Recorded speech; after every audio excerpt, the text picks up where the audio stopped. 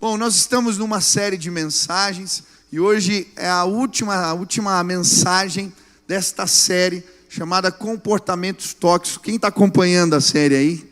Quem foi edificado por essa série de mensagens? Amém? Então hoje nós vamos continuar estudando Êxodo, capítulo 33, versículo 1 a 7. Nós vamos ler esse texto e vamos terminar esta série de mensagens hoje. Diz assim a palavra do Senhor: Depois ordenou o Senhor a Moisés: saia deste lugar com o povo que você tirou do Egito e vá para a terra que prometi com juramento a Abraão, a Isaque e a Jacó, dizendo: eu a darei a seus descendentes. Mandarei à sua frente um anjo e expulsarei os cananeus, os amorreus, os hititas, os ferezeus. Vão para a terra onde manam leite e mel, mas eu não irei com vocês, porque vocês são um povo obstinado e eu poderia destruí-los no caminho. Quando o povo ouviu estas palavras terríveis, começou a chorar, e ninguém usou enfeite algum. Isto porque o Senhor ordenara que Moisés dissesse aos israelitas: vocês são um povo obstinado. Se eu fosse com vocês, ainda que por um só momento eu os destruiria. Agora tirem os seus enfeites, e eu decidirei o que vou fazer com vocês. Por isso, do Monte Horebe em diante, os israelitas não usaram mais enfeites. Nós vamos continuar essa mensagem, e quem acompanhou aqui, nós temos falado sobre comportamentos que precisamos substituir na nossa vida para vencermos os pecados recorrentes. E essa série, ela girou em torno de uma pergunta que Moisés faz a Arão quando ele desce do monte e encontra o povo adorando o bezerro de ouro, na farra. Ele vai dizer: o que te fez pecar deste jeito? O que te fez pecar desta maneira? E é sobre esta pergunta que temos meditado durante estas últimas semanas. O que nos faz pecar? Por que existem pecados que frequentemente nos levam a cair? Como nós podemos evitá-los? E dentro dessa perspectiva, estudamos vários comportamentos. No meio dessa série eu também compartilhei com vocês um sonho que Deus deu para minha esposa, de um avião que passava, e a gente estava numa fila para entrar no avião, e vinha uma atendente que falava: olha, só tem um negócio, para entrar nesse avião, você precisa participar de algo que ela chamou de embarque violento, porque o avião não para. Quem quiser vai ter que se lançar, vai ter que conseguir entrar num avião em movimento.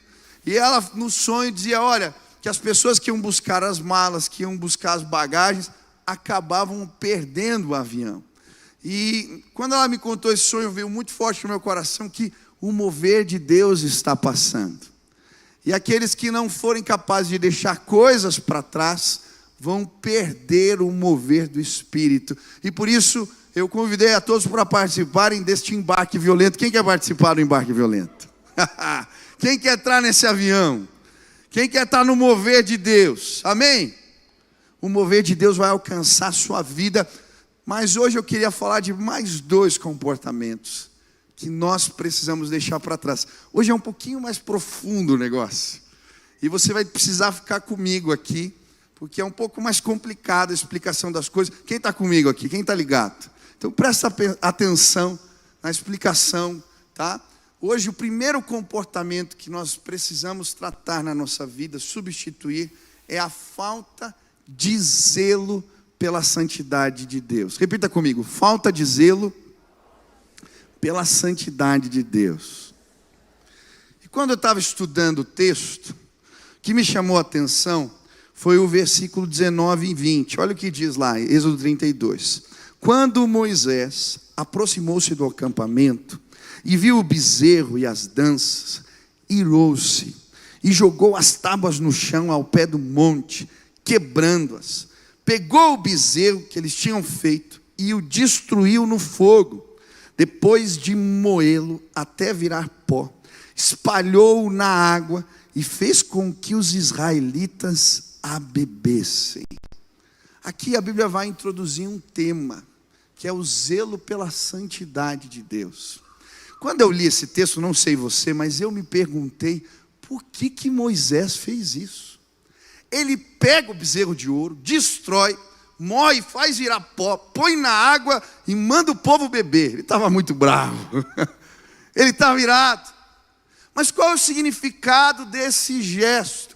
E quando eu estava estudando a palavra, o Senhor me fez lembrar de um ritual que existia no mundo antigo, que se chamava o ritual do marido ciumento. Ritual do marido ciumento. Está na Bíblia, em Números capítulo 5. E era um ritual muito estranho. Para o nosso tempo não faz o menor sentido.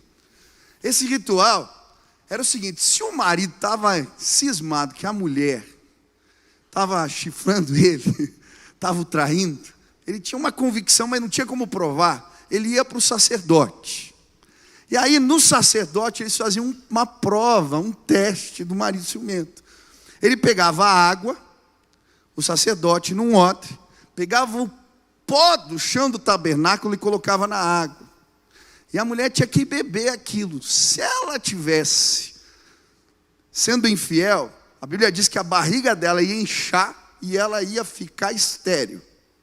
Se ela passasse no teste, tivesse tudo bem, ela ia ser abençoada por Deus. E ia poder ter muitos filhos. Esse era o teste. Que negócio estranho. Mas há um paralelo aqui entre o que Moisés faz com a cultura daquele tempo, com aquele costume antigo diferente. Ele está dizendo assim: vocês não passaram no teste da fidelidade. Vocês vão colher maldição de Deus. Mas vocês atraíram os ciúmes de Deus. Despertaram os ciúmes de Deus. Mas pastor, é possível despertar ciúmes em Deus? Isso existe.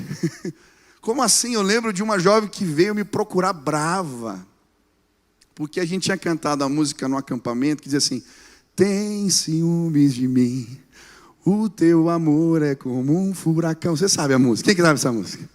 Ela veio brava: pastor, que absurdo dizer que Deus tem ciúmes. A gente cantou uma música, era uma heresia. Eu falei: minha irmã, tem que ler a Bíblia. Está na Bíblia, não é só na música. A Bíblia fala dos ciúmes de Deus. Mas como é isso? Em primeiro lugar, em Êxodo 34, versículo 14, a Bíblia vai nos apresentar Deus como um Deus zeloso ou ciumento. Olha o que diz a palavra: nunca adore nenhum outro Deus, porque o Senhor, cujo nome é zeloso, é de fato Deus zeloso. Essa expressão, esse nome para Deus, aparece em outras vezes. No Decálogo, quando a Bíblia apresenta os 10 mandamentos, em Êxodo 20, Deus é chamado de Deus zeloso. E sempre que fala disso, está se remetendo à adoração a outros deuses. Na verdade, o que a Bíblia está falando, Deus é ciumento. Essa palavra no hebraico pode ser traduzida assim por ciúmes. Existem outros textos na Bíblia onde essa expressão é traduzida por marido ciumento. Nos profetas menores e maiores, essa expressão toma ainda mais força. Os profetas constantemente comparam Israel como uma mulher infiel e Deus como um marido ciumento. Pastor, mas isso é coisa do Antigo Testamento. Não! Se você ler a carta de Romanos, você vai ver o apóstolo Paulo falando dos ciúmes de Deus. Em Romanos 11, a Bíblia fala, no versículo 11 e 12, novamente pergunto: acaso tropeçaram para que ficassem caídos? De maneira nenhuma. Ao contrário, por causa da transgressão deles, veio salvação para os gentios, para provocar ciúmes em Israel. Mas se a transgressão deles significa riqueza para o mundo, e o seu fracasso riqueza para os gentios, quanto mais significará a sua plenitude? O que ele está falando? Como Israel foi infiel, Deus se voltou para os gentios. E o tempo da oportunidade chegou para a igreja. Você foi alcançado porque Deus se voltou para nós. A Bíblia está falando dos ciúmes de Deus. E que nós podemos, Israel fez isso, e nós podemos despertar os ciúmes de Deus. Agora, você pode ser zeloso, zelar pelo compromisso, pela santidade. Quando falta zelo, a gente desperta os ciúmes. Quantos aqui não querem despertar o ciúme de Deus? Levante as mãos. Eu não quero. Mas pastor, como é que isso funciona na nossa vida? Como é que a gente desperta esses ciúmes? Como é que a gente falta com zelo em relação à santidade de Deus?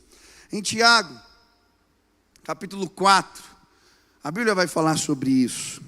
No versículo 4 a 8, diz assim: infiéis, vocês não sabem que a amizade com o mundo é inimizade com Deus? Quem quer ser amigo do mundo, faça inimigo de Deus. Ou vocês acham que é sem razão que a Escritura diz que o Espírito que Ele fez habitar em nós tem fortes ciúmes? Aí a continuação do texto diz: portanto, submetam-se a Deus, resistam ao diabo, e ele fugirá de vocês. Aproximem-se de Deus, e ele se aproximará de vocês. Primeira maneira que despertamos os ciúmes de Deus é quando nos tornamos amigos do mundo. Diga de longe assim, ó. Ou fale para você mesmo. É melhor, eu tenho esses costumes, agora não pode, né? Fala para você mesmo. Eu não quero ser amigo do mundo. Eu não sei se você já teve amigo inconveniente. Quem já teve amigo inconveniente? O problema é quando a pessoa que você gosta tem um amigo inconveniente. Aí fica mais sério. Eu lembro que eu já gostava da Sil e ela tinha um amigo inconveniente. Depois eu falo para você quem é. Queria levar ela para tomar sorvete, queria dar carona, estava com outras intenções, inconveniente. E eu lembro que, como eu gostava só, a gente não namorava, e aí fulano de tal, não, a gente é só amigo. E eu ficava pensando, meu pai também era amigo da minha mãe. Graças a Deus, quando a gente começou a namorar, o amigo inconveniente desapareceu, aleluia. Mas a Bíblia está dizendo que nós, na vida espiritual, na nossa relação com Deus, podemos ter amigos convenientes que continuam atrapalhando a relação. E a Bíblia vai nos apresentar um amigo inconveniente, que é o mundo. Mas, gente, mundo na Bíblia não é um lugar. Mundo na Bíblia, quando você vê a palavra mundo na Bíblia, como aqui nesse texto, ela está falando de um sistema de valores contrário ao reino de Deus. Um sistema de valores que por detrás dele existe uma inteligência maligna. Isso é mundo na Bíblia. É isso que a Bíblia está ensinando aqui. E sabe, no paralelo do Antigo Testamento, o que representava o mundo era ou o Egito ou a Babilônia. Esse sistema de valores contrário. E o que a Bíblia está dizendo ali para o povo? Por que eles não foram zelosos? Porque a cultura do Egito ainda estava dentro deles. Eles tinham sido libertos, eles tinham saído da terra, mas ainda tinham fascinação, admiração pela cultura, pelos costumes do Egito. É por isso que a festa que eles fazem era uma festa cultural no Egito. Tinha um deus chamado Deus Ap. Tinha uma cerimônia que pegava um bezerro, de tempos em tempos, eles acreditavam que tinha uma divindade egípcia que tinha dormido com uma vaca virgem. E nasceu um bezerro negro, que era o porta-voz, e ele representava a fertilidade. Então, de tempos em tempos, quando nascia um bezerro com determinadas características, eles colocavam esse bezerro numa caixa dourada. E haviam festas, procissões. Esse bezerro era alimentado só por mulheres durante 40 dias. Quando ele estava forte, acontecia a festa. E como ele era o Deus da fertilidade, você pode imaginar como eram essas festas. Eram verdadeiras orgias sexuais. E agora eles estão reproduzindo a cultura do Egito. Porque eles tinham saído da terra, mas dentro deles ainda estava a admiração por todas aquelas coisas. Sabe o que eu acredito? Muitos de nós chegamos na igreja, se convertemos, fomos transformados, nos convertemos, mas a admiração, a cultura do Egito ainda está dentro de nós. E sabe, Uma das maneiras do inimigo minar a nossa fé, e a gente não vence os pecados recorrentes, é porque de tal maneira o nosso pensamento, aquilo que cremos, é contrário aos valores da palavra de Deus. O inimigo tem desafiado os nossos valores, sobre o que acreditamos em relação ao sexo, que acreditamos em relação ao papel do homem, da mulher, que acreditamos em relação a tantas coisas, porque a cultura do mundo está dentro de nós. Esses dias eu ouvi um depoimento de um casal que eu não acreditei. Casaram na igreja, tudo certinho, mas a cultura do mundo estava dentro. Eles que começaram a relativizar as coisas referentes ao sexo. Vamos ver filme pornográfico para apimentar a relação. Aí de repente aquilo não era mais suficiente. Então eles resolveram ter uma relação aberta. Olha, o sexo não significa nada para nós, a gente se ama, a gente se gosta. Então não tem problema, se você quiser lá ter suas relações, eu vou ter as minhas e assim vai. E eles foram se perdendo de tal maneira que chegou uma hora que não tinha mais volta. A menina tinha nojo do cara, o rapaz se apaixonou por outro, uma confusão. Os dois detonados, arrebentados, porque a cultura do mundo era o que estava dirigindo a vida. Cuidado, quem aqui já foi injustiçado? Levante as mãos. Você se sentiu em algum momento da vida injustiçado? Meu Deus, quanta gente boa aqui, né? Nem com a companhia telefônica se sentiu injustiçado. Quando você liga e fica naquela vozinha do cara, meu Deus do céu, aquela ligação que nunca te atende. A gente constantemente é injustiçado na vida. Cuidado, por favor. Diante das injustiças, uma mão vai se apresentar para você. E tem muita gente que foi injustiçada, machucada, abraçando ideologias, vestindo roupas, com tudo que tem direito. E aí a gente não faz filtro nenhum, porque alguém está me defendendo, então vale tudo. E aí estão vestindo roupas e defendendo ideologias e valores que são contrários à palavra de Deus. Cuidado. Mas pastor, como é que eu trato isso na minha vida? Moisés sobe a montanha e traz as tábuas da lei. Precisamos meditar na palavra, conhecer a palavra. Precisamos ser confrontados pela palavra, porque à medida que nos voltamos para ela, os nossos valores são firmados. Meu irmão, você vai firmar os teus valores aonde? Na conversa de bar, na conversa de faculdade, no intervalo, na sala de aula, conversa fiada do teu professor, ou você vai firmar os teus valores na palavra de Deus?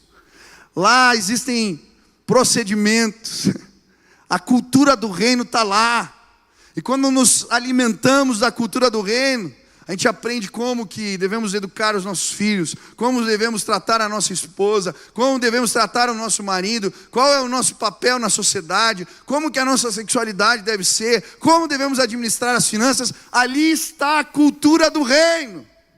Mas você precisa esvaziar em nome de Jesus o teu coração da cultura do mundo. E aí, sim, você vai deixar esse amigo inconveniente de lado.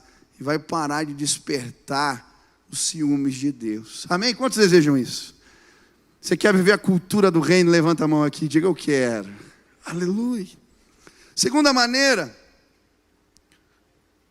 que despertamos os ciúmes de Deus é quando não protegemos o sagrado, ou não protegemos as alianças que temos com Deus.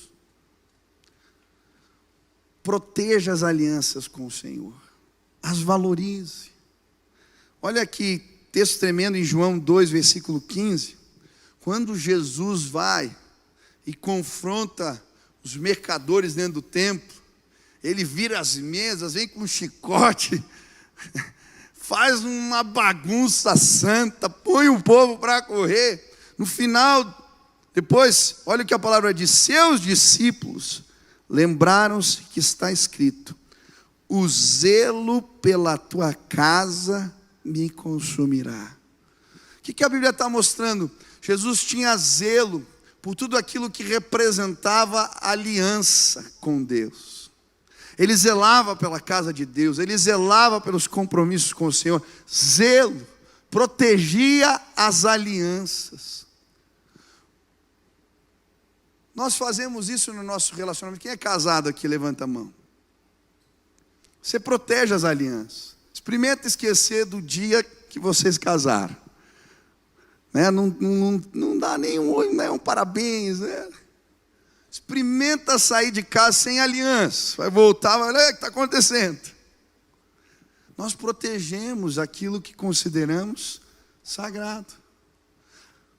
A Bíblia fala da cama do casal, que é um leito, deve ser um leito sem mácula. Protege a cama. Nós protegemos. E com Deus não é diferente. Precisamos proteger as alianças que foram estabelecidas com o Senhor. E toda vez que pessoas fazem isso, Deus vê com bons olhos. É muito interessante nesse texto que estamos estudando, que a Bíblia fala dos levitas, que pegaram a espada, se juntaram a Moisés e foram de encontro contra os seus parentes, amigos, vizinhos. Por quê? Pelo zelo. E a Bíblia fala exatamente isso, que eles foram zelosos com relação à aliança que tinham com Deus. Outro exemplo é Esaú e Jacó. Um despreza a aliança, outro entende e valoriza a aliança. Um é abençoado, o outro é rejeitado. Nós precisamos proteger aquilo que temos de mais importante na nossa vida. Quantos aqui protegem o seu casamento? Levante as mãos. Quantos aqui protegem a sua família? Levante as mãos. Eu protejo. Existem combinados entre eu e a minha esposa que tem a ver com proteger, zelo, procedimentos, cuidados, coisas que nós estabelecemos para nós dois, porque valorizamos a nossa relação. Existem combinados em relação aos nossos filhos, a educação deles, porque queremos protegê-los. Da mesma maneira, temos que proteger a nossa aliança com Deus. Você tem protegido, você tem colocado cercas em torno da sua aliança com o Senhor. Quais são os mecanismos que você adotou para proteger a santidade na tua vida? A aliança com Deus. Eu lembro quando eu comecei a namorar com a Sil, a gente fez uma reunião. Combinados. A gente não vai namorar em casa sozinho, a gente não vai ficar de tal maneira, a gente não vai namorar no... Uma série de combinados para proteger, não só a nossa aliança um com o outro, mas a nossa aliança com Deus. Quais são as tuas cercas? Sabia que quando você para de ir para a igreja, você está desprotegendo a aliança que você tem com Deus? Como assim, pastor? Se eu perco a comunhão do corpo, se eu perco o alimento que existe na comunidade de fé, onde eu sou confrontado pela palavra, onde eu estou o quê? Deixando a cerca vulnerável. Quais são as cercas que você colocou para proteger a tua sexualidade e viver os valores da palavra? Tem jovem aqui que tem que colocar aplicativo no computador, instalar lá, cara, para proteger o teu voto com o Senhor. Tem gente que tem problema com bebida, que tem problema porque tem baixa estima, carência, e vai em lugares que eu não entendo. Você está literalmente desprezando. Sabe por que você cai de novo? Porque você não protegeu a aliança que você tem com o Senhor. Você se colocou numa situação vulnerável. Agora, quando a gente constrói, por que a gente constrói cercas? Sabe por que eu protejo a minha família, a minha esposa? Porque eu os amo demais e eu não quero de maneira nenhuma perdê-los. Quantos amam ao Senhor aqui de todo o coração? Me mostra as tuas cercas. Tem muito marido romântico que faz juras de amor, mas que não protege a relação. Queridos, eu tenho uma série de cuidados quando eu viajo, procedimentos que eu guardo a minha santidade, gente que eu presto contas da minha vida, são cercas. Você ama o Senhor? Me mostre as cercas. Última, a gente desperta os ciúmes de Deus também, quando a gente perde a indignação em relação ao pecado. O pecado precisa te indignar. E é muito interessante na Bíblia que esse zelo está totalmente ligado à indignação com o pecado. Tem um personagem em Números 25 chamado Finéias. E a Bíblia fala sobre ele, diz assim: Finéias, filho de Eleazar, neto do sacerdote Arão, desviou a minha ira de sobre os israelitas. Estava acontecendo uma praga, porque os homens tinham se misturado com as mulheres estrangeiras, estavam adorando agora Baal. E Deus mandou uma praga, e por causa desse homem a praga cessou. Por quê? A Bíblia diz: pois foi zeloso, com o mesmo zelo que tenho por eles, para que o meu zelo eu não os consumisse. Diga-lhe, pois, que estabeleço com ele a minha aliança de paz. Dele e dos seus descendentes será a aliança do sacerdócio perpétuo, porque ele foi zeloso pelo seu Deus e fez propiciação pelos israelitas. O que Finéias fez? Por que o seu sacerdócio foi confirmado? Ele era um sacerdote. Por quê? Quando Moisés vai tratar o pecado, e ele chama e manda matar as lideranças que estimularam aquele envolvimento, chega um cara com uma mulher estrangeira e vem para a reunião com uma espécie de afronta. Finéias pega uma lança e sai atrás deles. E a Bíblia chama ele de zeloso. Pastor, você está mandando a gente pegar a lança e sair atrás do povo agora? Não estou falando nada disso.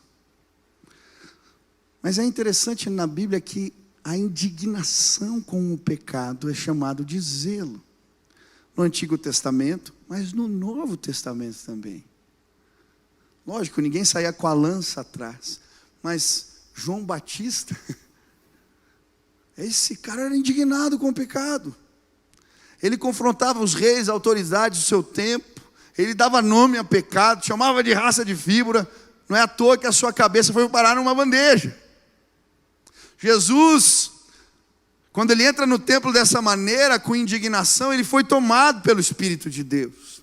Tem um texto na Bíblia que fala que Saul foi tomado pelo Espírito de Deus e ficou indignado. E eu nunca tinha visto essa unção de ficar bravo. Quem quer receber a unção da indignação aqui? Falei, pá, meu Deus, o cara ficou cheio do Espírito e ficou bravo. Como assim? A Bíblia diz que os amonitas tinham cercado a cidade de Jabes de Gileade e queriam tomar os olhos direitos dos homens da terra. Quando ele fica sabendo da vergonha que Israel ia passar, o Espírito toma. Ele pega o mal que ele estava cuidando, parte em pedaços, manda para as tribos e convoca o povo de Deus para a batalha. Ele foi tomado como uma indignação santa. Pastor, mas como isso funciona na nossa vida? Existe uma indignação que vem da parte de Deus em relação ao pecado. É um não aceite. É um aborrecimento do mal, diz a palavra. Eu não sei você, mas algumas vezes quando eu assisto o jornal, uma indignação santa toma conta do meu coração. Quando eu escuto as histórias de corrupção, quando eu escuto as mentiras, quando eu escuto os escândalos, quem fica indignado quando vê as notícias às vezes? Ufa, que bom, não sou só eu. Ah, pastor, eu recebi essa unção? Não. Sabe qual que é a minha oração? Que o Espírito Santo de Deus enche a sua vida, para que você fique indignado com o seu pecado. Muitas vezes, somos tão severos com os pecados dos outros, mas tão tolerantes com os nossos. E eu creio que o Espírito Santo vai encher você hoje para dizer, chega! Eu não aceito mais isso me aborrece profundamente.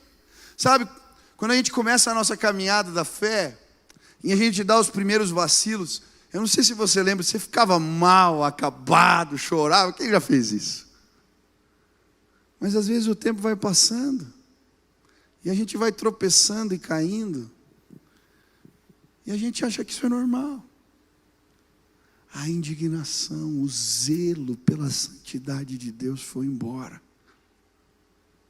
Você está acostumado. Hoje, na autoridade do nome de Jesus, Deus vai derramar o Espírito Santo e você vai ficar indignado. Você vai voltar para casa e vai dizer: isso acabou na minha vida. Você vai pegar aquele computador e vai dizer: chega, isso aqui não vai ser instrumento mais para me fazer cair. Vai ser um instrumento de bênção na minha vida. Você vai pegar a tua esposa, vai ajoelhar na sala de casa, vai falar: chega, aqui em casa não é lugar de contenda, não é lugar de gritaria, de maledicência. Nessa casa nós não toleramos isso, ela é consagrada. Não aceite o pecado, se indigne com ele. Você é filho do Deus vivo, você foi separado, você tem uma aliança com o Eterno, o Espírito Santo habita em você. Não tolere o pecado em nome de Jesus. Nós vivemos um tempo onde líderes têm se levantado, e ao invés de seguir o sacerdócio de Finéias, ou de João Batista, eles não condenam mais o pecado, pelo contrário, é uma mensagem deturpada da graça. Eu só ouço nos púlpitos gente falando do amor, da graça, do amor, da graça, do amor. Amém, Deus amor, e Deus derrama graça. Mas aonde está o confronto? Não é possível, somos uma geração santa. Lideranças vão cair neste tempo, púlpitos cairão por terra, porque Deus está levantando um novo tempo, uma igreja lavada pelo sangue do Cordeiro. Lideranças que dizem que pecado é pecado, que não ficam passando a mão na cabeça, queridos, em nome de Jesus. Deus é santo, Ele é santo, Ele é totalmente santo. Se queremos ter parte com o Senhor, precisamos ser lavados pelo sangue do Cordeiro de Deus.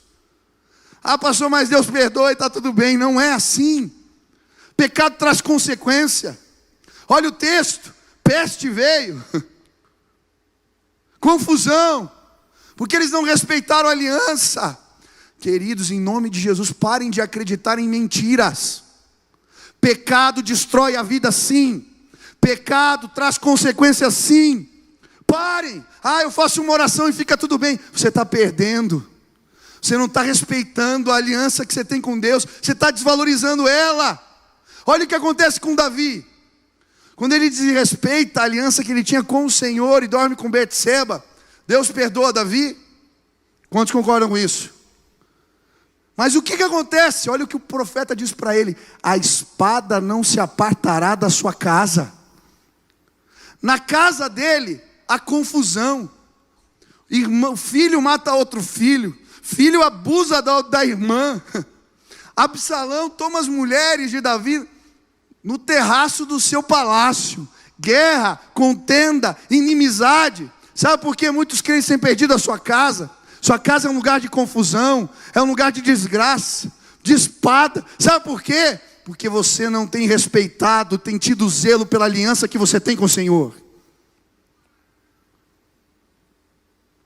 Agora, quando há zelo, ó Finéias, descendência abençoada. São vários casos, eu posso dizer na Bíblia. Os recabitas, são vários os casos. Quantos querem ter uma descendência abençoada por Deus? Quantos querem ter um casamento abençoado por Deus? Em nome de Jesus, tenha zelo pela palavra de Deus e com as alianças que você firmou, com os votos que você firmou com Ele. Leve a sério. Quantos não querem despertar ciúmes aqui em Deus, querem ter zelo pela aliança? Quantos respeitam a aliança? Levanta as mãos assim para o céu. Feche os teus olhos e fala assim: Senhor, me ajuda a honrar a aliança que eu tenho com o Senhor. Jesus, eu quero honrar o teu sacrifício. Me ajuda em nome de Jesus. Amém. Amém. Mas pastor, qual que é o outro comportamento? Eu já entendi. O primeiro é o zelo da santidade de Deus. O segundo comportamento é a negligência das disciplinas espirituais. Presta atenção aqui, ó. Não tem como viver santidade se a gente negligencia disciplinas espirituais. Como assim, pastor? Não tem como. Não tem. Você é incapaz. Diga para a pessoa que está do seu lado, assim, de longe, assim, ou de frente. Você é incompetente. Pode dizer, você é incapaz.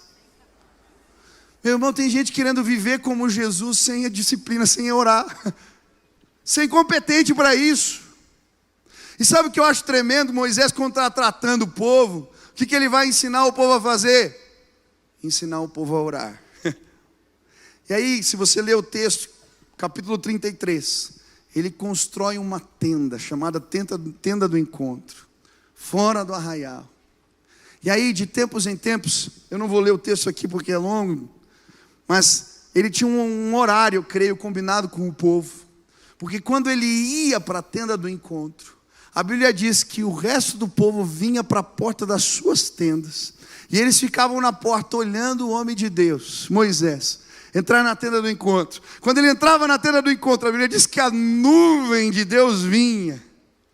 E aí quando eles viam a nuvem, eles começavam a glorificar a Deus na porta das suas casas, das suas tendas. Mas por que Moisés está fazendo isso?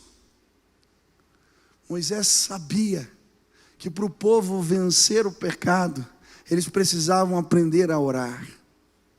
E por isso, de forma prática, ele os ensina a fazer isso. Combina um horário, vai para a tenda do encontro. E ali eles começam a experimentar juntos a presença de Deus. Eu estava lendo esse texto e eu falei, Deus, o Senhor foi na frente. Porque existem coisas que estão acontecendo, porque a gente resolveu armar uma tenda nesse tempo e buscar o Senhor.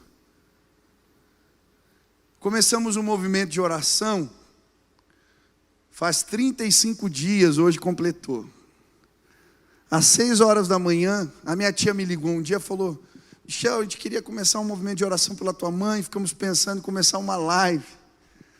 6 horas da manhã, você podia liderar a gente nesse movimento. É uma semana só. Falei, tá bom, uma semana. E aí começamos.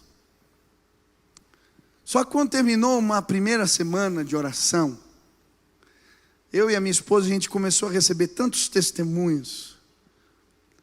E o que veio no meu coração, e aí Deus falando, Deus está usando essa ferramenta, tudo isso que está acontecendo, para ensinar o seu povo a orar. Michel, não para.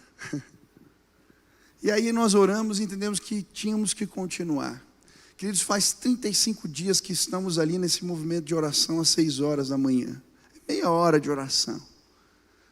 Essa semana, na quinta-feira, tinham 2.000 pessoas orando às 6 horas da manhã. 2.000. Você pode aplaudir a Jesus.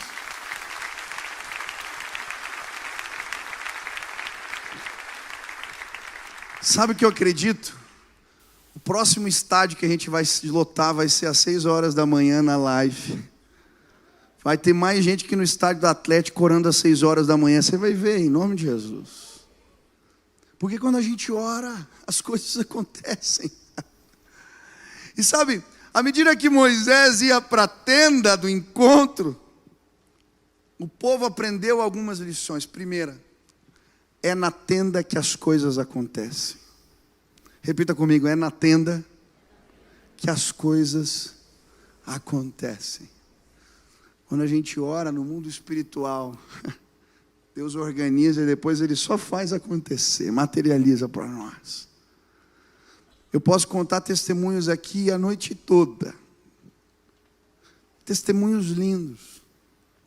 Essa semana recebi uma ligação de um irmão falando que um jovem chegou aqui no culto, usuário de drogas. Ele o acolheu, marcou para encontrá-lo essa semana para discipulá-lo. E aí, quando ele contou o que estava acontecendo, ele compartilhou o testemunho dele, que também foi envolvido com drogas, o que aconteceu na vida. Ele falou: Michel, eu estou orando lá toda semana, de manhã, todo dia. E na hora que eu estava orando por um moço, me veio uma convicção muito grande, de que ele ia receber uma oferta de emprego nessa semana. Ele está desempregado há não sei quanto tempo, mais de ano. E Deus falou para mim, e eu fiquei naquela, mas eu tomei coragem. Falei: olha, Deus mostrou para mim, essa semana Ele vai mandar um sinal para mostrar que Ele está contigo, que está acontecendo na tua vida algo novo. Essa semana você vai receber uma proposta de emprego. Aí orou, terminou e falou: meu Deus. Aí ele me ligou ontem, pastor, no dia seguinte ele recebeu, não foi uma, foram 2 propostas de emprego. Deus é poderoso. É na tenda que as coisas acontecem. Eu vi testemunhos de gente orando por irmã que está com depressão, coisas lindas. Terminou e a pessoa curada. Falou: Michel está cuidando dos cachorros, está bem, está fazendo festa. Foi curado. Eu recebo todo dia, sem brincadeira, e-mails, testemunhos, mensagens de gente que na hora da oração foi curada. A dor da coluna foi embora. Deus visitou, a dor de cabeça foi embora. Coisas tremendas, sabe por quê? É na tenda que as coisas acontecem. É na tenda que você vence o pecado, meu irmão. É na tenda que você vence o vício. É na tenda que o teu casamento é restaurado. É na tenda que você arranja emprego. É na tenda que as coisas acontecem. Segundo lugar, é na tenda que a nuvem de Deus nos alcança. A nuvem representava a presença do Senhor perceptível no meio do seu povo. Por isso que quando Moisés começava a orar e eles viam a nuvem, eles começavam a glorificar, a exaltar. Sabe o que eu creio? Se você for para a tenda e aprender a orar todos os dias sem falhar, a nuvem vai alcançar a tua casa, vai alcançar os teus negócios, ela vai parar sobre você. Eu creio nisso. Eu ouvi o testemunho de um jovem essa semana. Fui orar lá no escritório que ele acabou de abrir. Falou: Michel, você não vai acreditar o que aconteceu. Eu estava com meu irmão, nós somos sócios, indo para o trabalho. E de repente eu vi o horário, eu estou acompanhando lá as lives 6 horas da manhã. Mas era 8 horas, era o horário do procedimento da tua mãe. Eu falei para o meu irmão: vamos orar. Ele falou: cara, eu não sou um cara nada sentimental. Eu sou muito racional. Mas eu resolvi orar, e quando eu comecei a orar, de repente, uma presença entrou no nosso carro. Michel, eu não sei explicar que presença, era algo maravilhoso.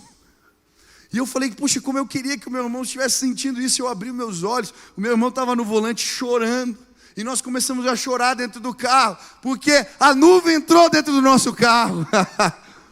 Meu irmão, é na tenda que você vai encontrar a nuvem de Deus, a presença manifesta do Senhor. É quando você ora.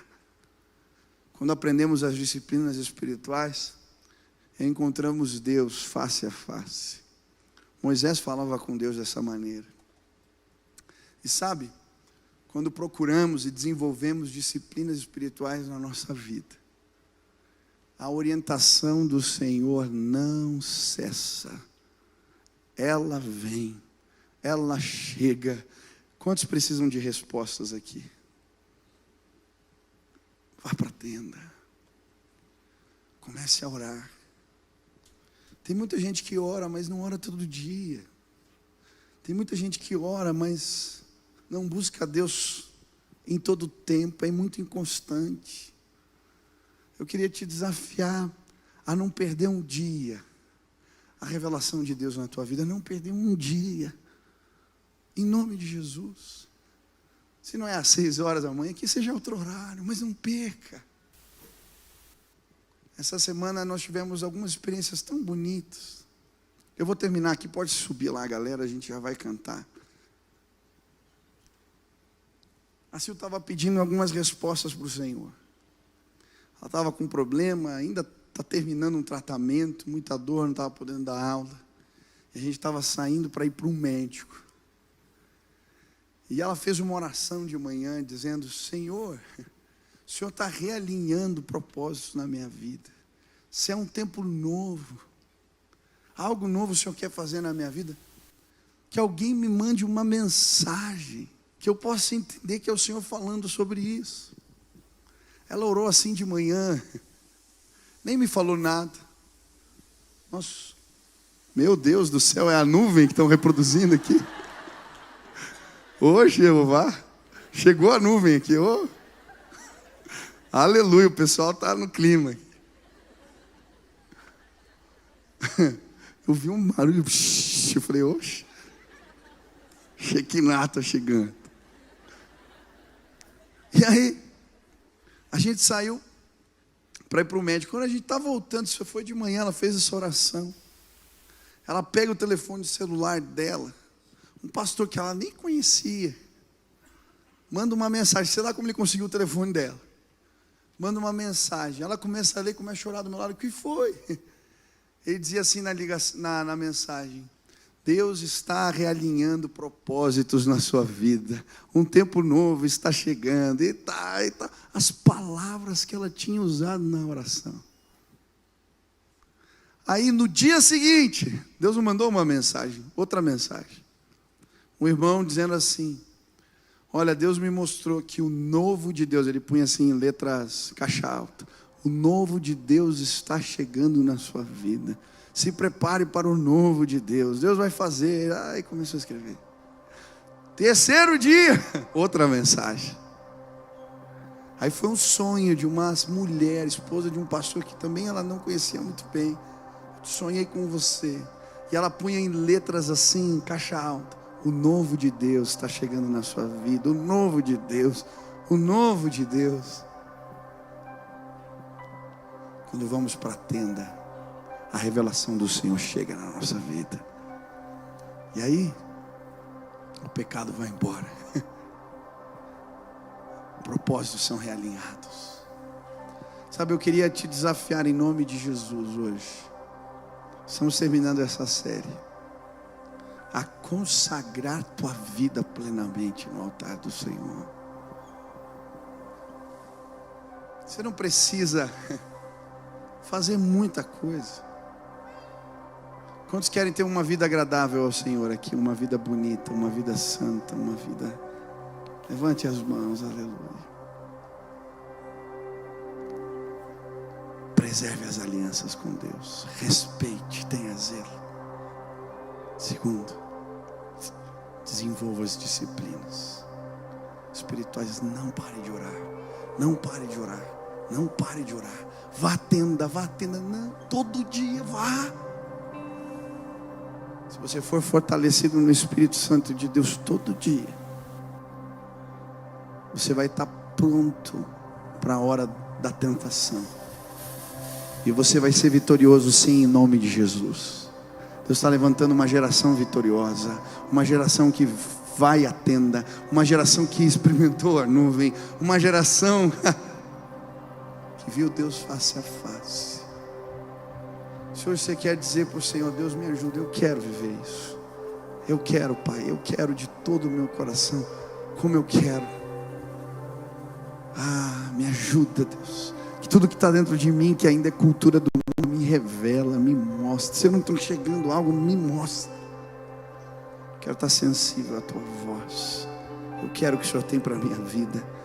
Eu quero, Jesus. Eu quero.